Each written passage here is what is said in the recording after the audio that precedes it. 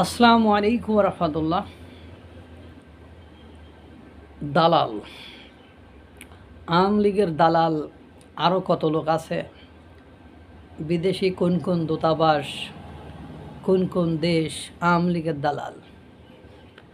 আপনারা জানেন, শিক্ষার্থীরা আওয়ামী লীগ এবং তাদের অন্যান্য সংগঠনকে নিষিদ্ধের দাবিতে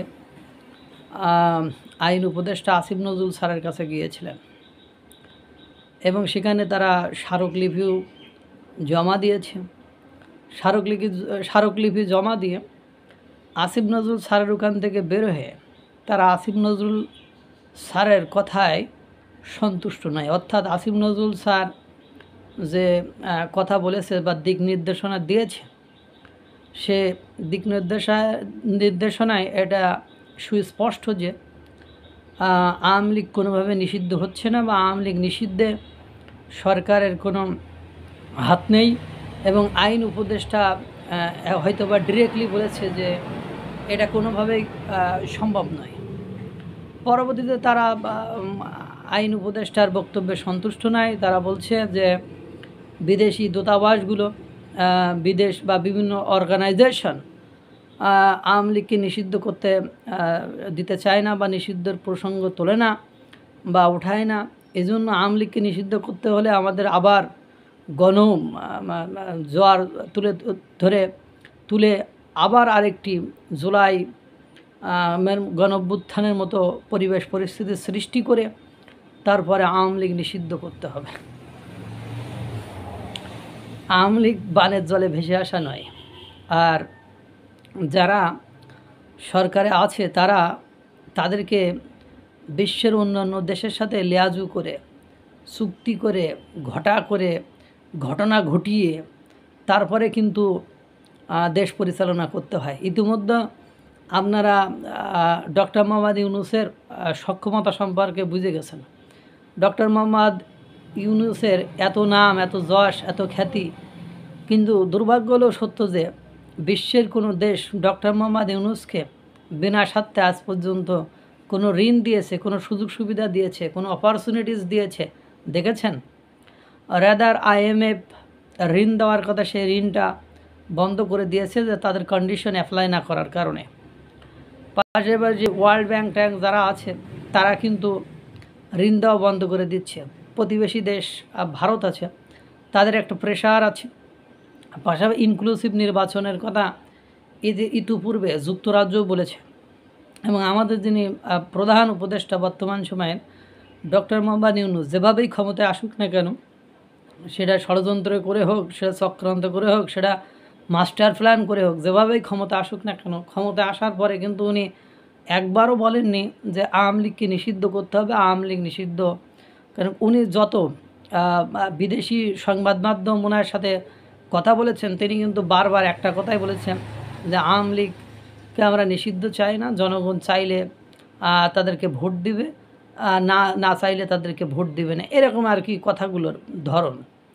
এখন ছাত্রীরা আওয়ামী লীগ নিষিদ্ধ করতে চায়। ইতিমধ্যে রোজার ঈদের পর থেকে, অর্থাৎ ঈদুল ফিতরের পর থেকে, ঈদুল ফিতরের দিন থেকে আওয়ামী লীগের মিছিল মিটিং দেখে আপনারা দেখেছেন যে বিএনপি আর জামাত ব্যতীত আওয়ামী লীগের এখন মিছিল মিটিংয়ে এই ভয়, এই ত্রাস, এই নির্যাতনের মধ্যে, এই ধরপাকড়ের মধ্যেও এখন যে পরিমাণ লোক হয়, আপনি ভিপি নূর, গণ অধিকার পরিষদের ভিপি নূর, আমজনতার দল, আমজনতার পার্টি, তারপরে আপনার এনসিপি, এদেরকে বলিয়েন তো এত লোক জোগাড় করতে, তারা পারবে না।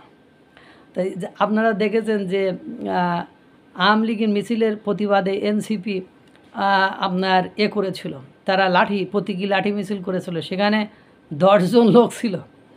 অথচ আওয়ামী লীগের এই পরিবেশ পরিস্থিতি, এই প্রতিকূল অবস্থার মধ্যেও আপনার হাজারও বেশি লোক কিছু কিছু স্থানে, যেমন মিরপুরে হাজারেরও বেশি লোক আপনার মিছিলে অংশগ্রহণ করেছিল। এই দলটিকে যখন আপনি নিষিদ্ধ করতে চাইবেন, তখন আপনার মাজা এমনি ভেঙে যাবে।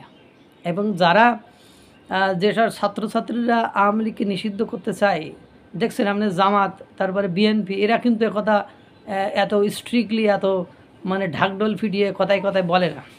আর এনসিপি যারা, এরা মানে পরিস্থিতি সবসময় উত্তেজিত করে রাখে, পরিবেশটাকে একটা ঘোলাটে পরিবেশ তৈরি করতে চায়। আর সেই ঘোলাটে পরিবেশে তারা মাছ শিকার করতে চায়, এটাই তাদের লক্ষ্য এবং উদ্দেশ্য। সত্যিকার অর্থে আওয়ামী লীগ নিষিদ্ধ করা যে সম্ভব নয় বা সম্ভবপর হবে না বাংলাদেশের বুকে, সেটি কিন্তু ওনারা ইতিপূর্বেই উপলব্ধি করেছেন। আইন উপদেষ্টাও সেটা বুঝতে পেরেছেন, কারণ আইন উপদেষ্টা তো একবার বলেই ফেলেছিলেন যে আইন করে নিষিদ্ধ করে দেবেন, কিন্তু তখন তাহলে কী প্রেশার ফিল করেছে, যার কারণে সেখান থেকে তিনি সরে এসেছেন। তারপরে সারজিস এবং হাসনাত তারা তো সুপ্রিম কোর্ট পর্যন্ত গিয়েছিল, সেখান থেকে কিন্তু তারা হাত পা গুটিয়ে চলে এসেছে। এরপরে আসিফ মাহমুদ বলছিলাম আমি 1 সপ্তাহের মধ্যেই ভালো একটা সংবাদ পাওয়া যাবে, সে 1 সপ্তাহ কিন্তু আর হয়ে ওঠেনি। মাহফুজ আলম একই। সুতরাং এর পেছনে বিদেশি দূতাবাস আছে, বিশ্বের বড় বড় বাঘা বাঘা রাষ্ট্র আছে, যাদের সাথে ঘাটতারামি করার মতো সক্ষমতা বাংলাদেশের কোনো সরকারের আগেও ছিল না, বর্তমানেও নয়, ভবিষ্যতেও থাকবে না। যেমন যুক্তরাজ্যের কথা আমি বলতে পারি, তারা যতবার বাংলাদেশে তাদের প্রতিনিধি এসেছে, দে অলওয়েজ ট্রাই টু মানে তারা সবসময় বলার চেষ্টা করেছে যে ইনক্লুসিভ নির্বাচন দিতে হবে। ইনক্লুসিভ মানে অন্তর্ভুক্তিমূলক, মানে সব দলের অংশগ্রহণ থাকবে। সুতরাং আর বর্তমান সময়ে যে মিছিল মিটিং হচ্ছে, তাতে সরকারেরও একটা আছে, তা না হলে এরা সাহস পেত না। এবং মিছিল মিটিংরা যেহেতু তারা নিষিদ্ধ সংগঠন বা নিষিদ্ধ দল নয়, এজন্য তাদের মিছিল মিটিংটা অবৈধ আপনি বলতে পারবেন না। রাদার আপনারা এই যে আপনার বৈষম্য বিরোধী ছাত্র আন্দোলনের ছাত্ররা ছাত্র দলের নেতাকে হত্যা করলো, তাহলে এটাও তো একটা সন্ত্রাসী সংগঠন। এবং পাশাপাশি বিভিন্ন জায়গায় নিয়োগ বাণিজ্য, চাঁদাবাজি, ছিনতাই, ধর্ষণে, বৈষম্য বিরোধী ইয়াবা ব্যবসায়, বৈষম্য বিরোধী ছাত্র আন্দোলন অর্থাৎ এনসিপির দলের সদস্যদের নাম আসছে, তাহলে তাদের সবকে নিষিদ্ধ করে দেন। সব দলেরই চাঁদাবাজ, লুটতরাজ, ধর্ষণ, রাজধানী, ছিনতাই, বাটপারি এগুলোর নাম আসে, তাহলে এগুলোও নিষিদ্ধ করে দেন। অত সহজ না রে ভাই। হ্যাঁ, এটা করে আপনারা বিচার মানে সব কিছু মানে এটা জলঘোলা করে আপনারা অন্যটাভাবে ক্ষমতায় থাকতে চান বা লুটে পেটে খেতে চান, এটাই আপনাদের উদ্দেশ্য।